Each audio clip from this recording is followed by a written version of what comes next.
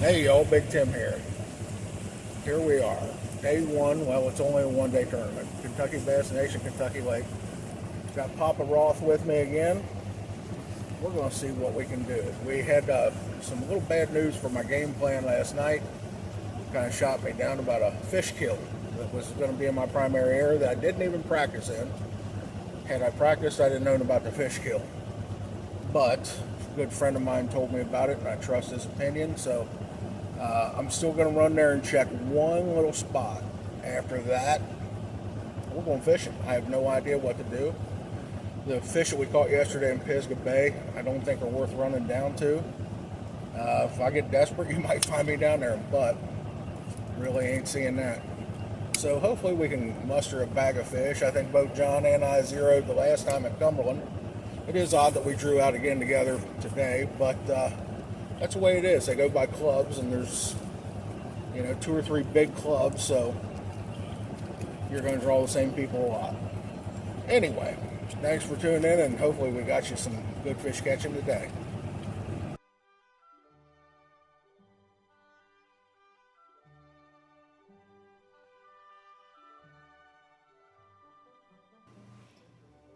My original game plan was to go practice at Kentucky Lake. And depending on what I figured out, I'd either fish Kentucky for the tournament or run over to Barkley. I figured I could have one day to guess something out. And from what I found over at Pisgah Bay, I thought, well, maybe I could go over to Barkley and fish some of the stake beds over where I'm real familiar at Eddy Creek and come up with a decent bag of fish. That's where the information about the fish kill came in pretty handy and also pretty detrimental. I mean, it really let the wind out of my sails when I heard that information Friday night, but I was glad to know it ahead of time.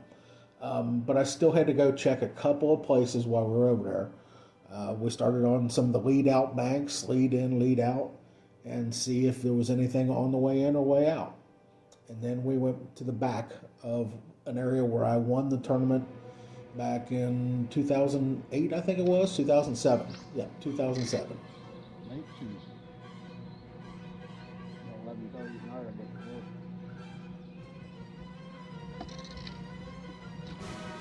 Oh, no. Yeah. The game we need now. That's when work. Good job. Bush fish, huh? Yeah, but he ate. He sure ate that, didn't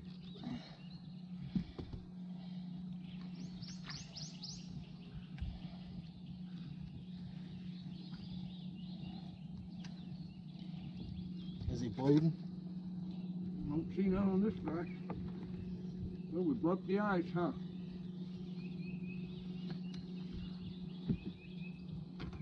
Don't think I need to make him.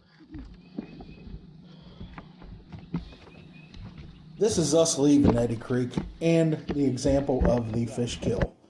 It didn't really affect the bass as much. You don't see any of those floating, but you see a lot of shad, small drum, and a lot of rough fish, carp, things like that. Mostly small fish. Lance had explained to us that what happened was that the water had gotten warm so quickly that a lot of those rough fish that are used to the cool spring-fed creek water there, that they just died. It was too hot too quick. Since we didn't have anything working anyway, we left Eddy Creek and just went straight across the LBL side and went to the first bay that we came to. Started flipping some bushes and then started flipping some cypress trees, hoping maybe we could run across a few. And I did have one that I set the hook on and brought him all the way out to the boat, and it came off right at the boat. It appeared to be a keeper, but not really sure. Didn't get to measure him. It wasn't a giant. If it was probably just 15 or 15 and a half inches if it was a keeper. Don't understand why these big females wouldn't have been pulled off from back there, right on these points.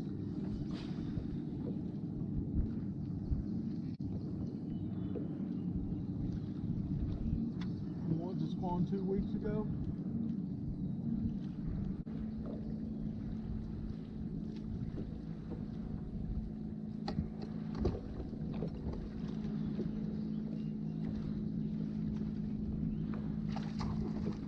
You got there, Tim.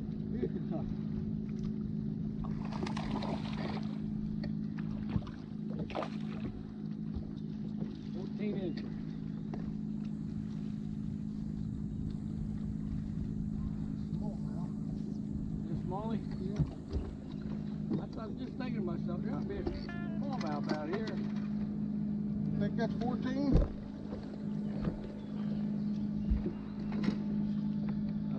don't want to shoot it down. I don't want to sound like I'm shooting.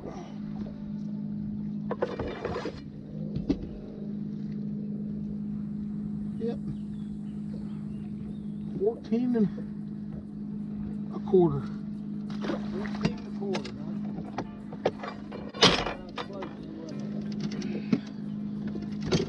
Not close enough. Get his mom out there. So from then on, we caught a lot of fish. Mostly smallmouth, but some largemouth as well. And they were really biting very well in this one little small particular spot. And what I come to find out later is that's probably the junction of two road beds. And it was very, very rough down there. Sometimes we'd get hung up, and it was very hard to free your bait. But you can see I showed a smallmouth. You'll see it here in a few minutes that the tail was pretty beaten up, so I'm pretty convinced the smallmouth were still down there spawning, which is amazing since the water temperature was 70 degrees. These lakes are all confused. There were still fish spawning, there were still fish starting to fry, there were fish well past the spawn, so they were just in all phases, but they were very, very hard to find for us.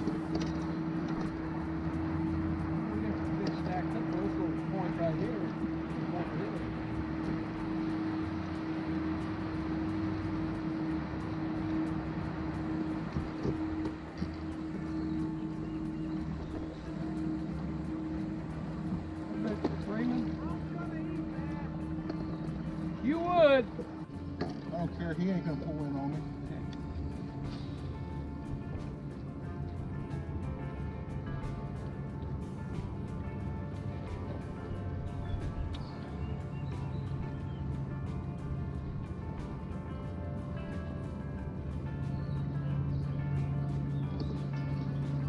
Got him? Yeah, he ain't big.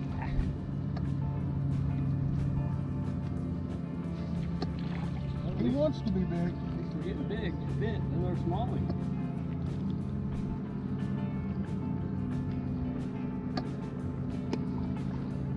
Yeah.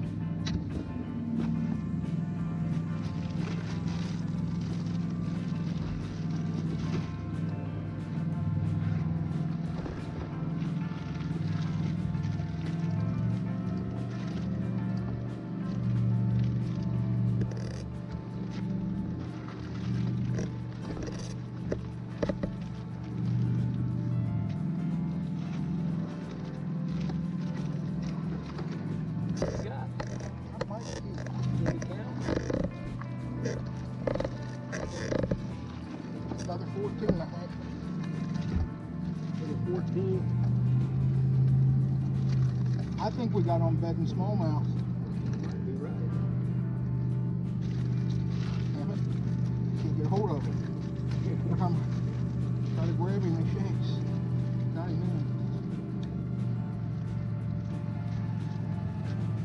Watermelon's what I'm throwing. Standard watermelon seed. Look at his tail, John. Yeah, it's bed and smallmouth.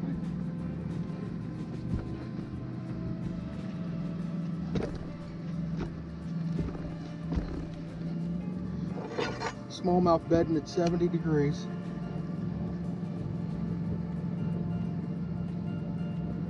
He's closer. 14. 14 and a half. You ain't gonna like that carpet, buddy.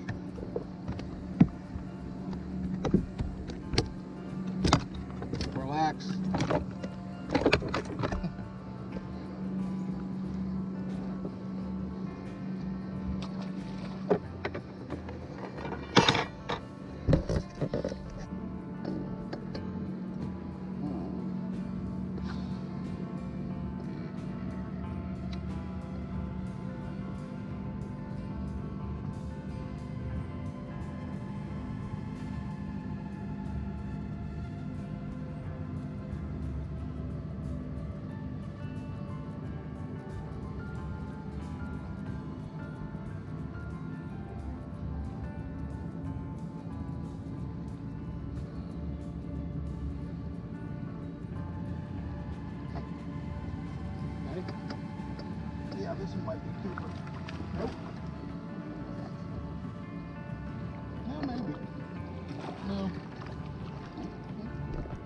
long.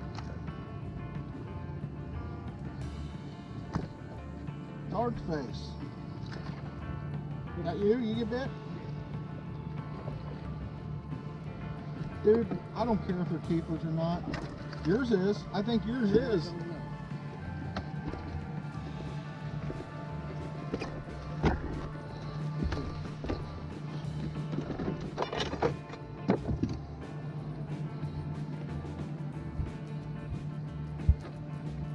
$14 and a half.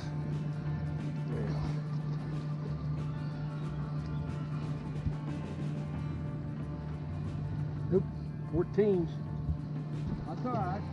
I'll take getting bit. I'll sit here all It day. ain't shit, bro. I don't care. I'll take getting bit. If we're gonna be big and move in there with them other little dealer ladies, huh? I'll sit. That first one I lost there, that was good. Yes. That was definite keeper there without a doubt. So A double. Hey, give me that. When's the last time I had a double? I can't tell you. He's definitely a different point. And all the others.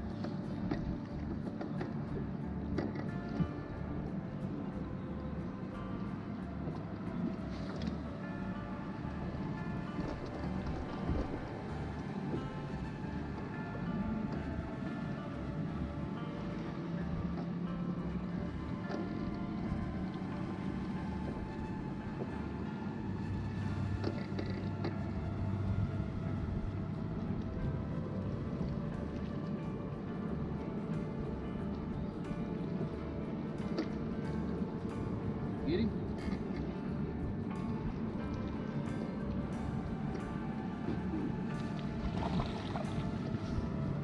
Drag is loose. There's Wally, huh? Yep.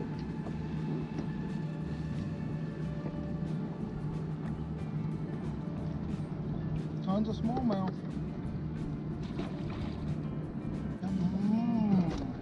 Maybe. Maybe. Maybe not. He's long, but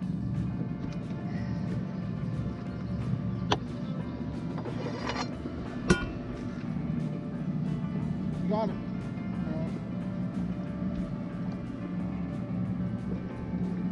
squeaker. What do you think?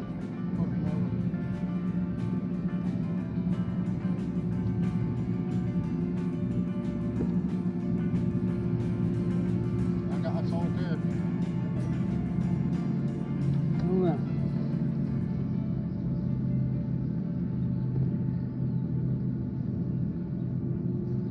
And how hard he shoves it against the board, I don't think I'm gonna mess with it. It's not so bad.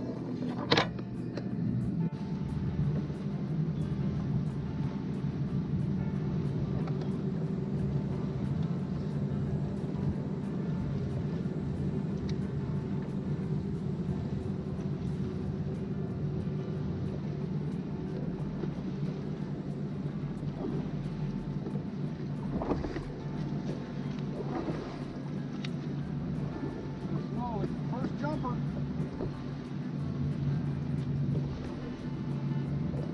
Just move between these two. Look at that, it's a largemouth.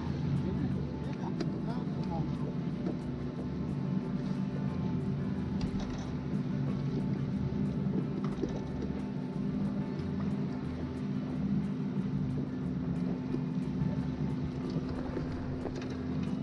That's a smallmouth. Doesn't matter whether you put it on a Carolina rig or Texas rig, if they're digging, the watermelon baby brush off.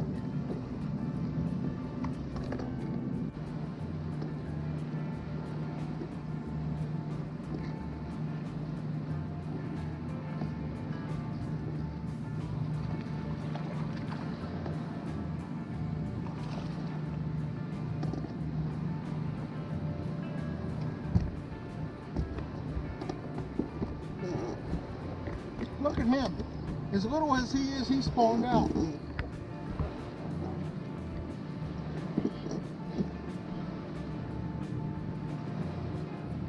Look, he's got that spawn belly.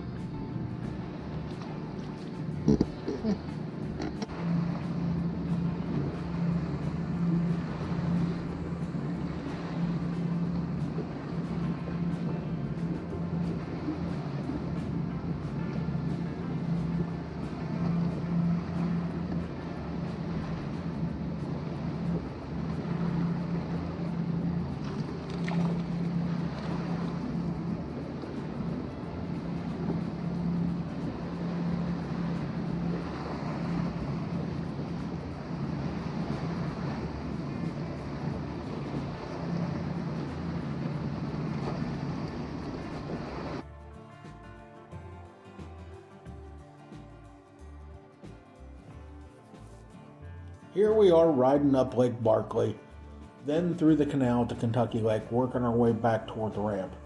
And I just wanted to show this was the roughest that I'd ever seen Lake Barkley. Matter of fact, it may have been the roughest I'd ever been on any lake. And it wasn't because of wind, it wasn't because of current, it was mostly due to pleasure boats, pontoon boats, and cruisers. They were out in force. In fact, if you noticed when we were catching fish, there was not a 30-second period that a boat wasn't going by. It was very noisy. You can kind of hear that in the audio. And man, there were a lot of boats out that day. This is the weekend before Memorial Day. So, a lot of times those people don't get their boats out till Memorial Day. But man, they were out in force, making waves and making it rough. And, you had to contend with it. We ended up working our way back toward Kentucky Dam Village. And one of the places I like to fish in there, especially if I don't have much going on, is what I call the pedal boat pond. There used to be a bunch of pedal boats in there. People could rent and just go out and have some fun with their family. And it's a nice little pond, got some riprap in it, and I've caught a lot of fish in there. In fact, I won a tournament out of there, a little small club tournament out of there years ago. So there's generally a couple fish to be caught. And we fished all inside there. I don't know that we even took a bite in there. But once we got outside and fished the riprap wall, there was another boat in front of us by about 30 or 40 yards. But then this happened.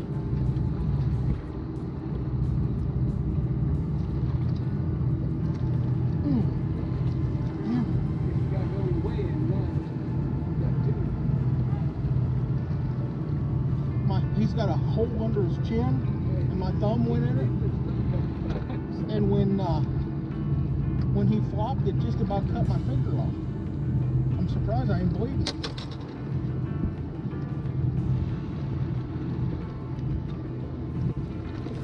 So while I'm back at the live well putting my fish in, John hooks up too. And he's got a real beautiful smallmouth. And fortunately, I'm back there and able to give him some assistance and nip it for him and get him in the boat. And man, it was a beautiful fish. And unfortunately, we don't have it on camera because we didn't have John's camera on that day for the roughness and everything else. But I do have a picture of it at the very end. It's a beautiful 4-pound smallmouth. It was clean, untouched. It was gorgeous.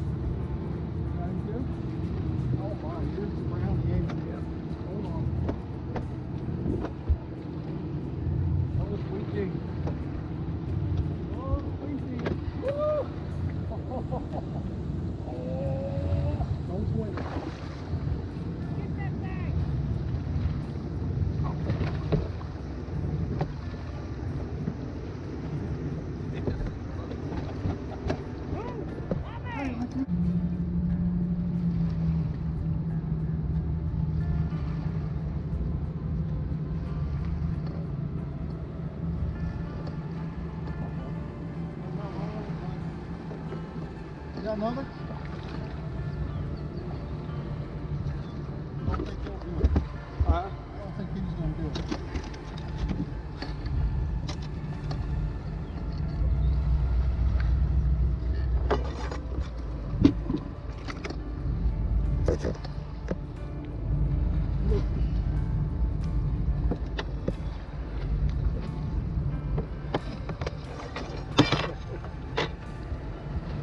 Why does that shit always happen when your tournament's over? You know?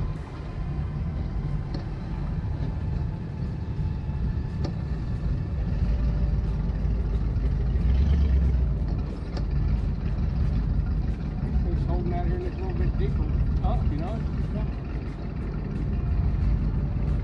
Well, I think we better go in.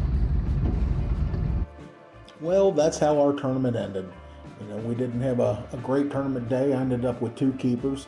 John ended up with 1. We both had right around 4 pounds.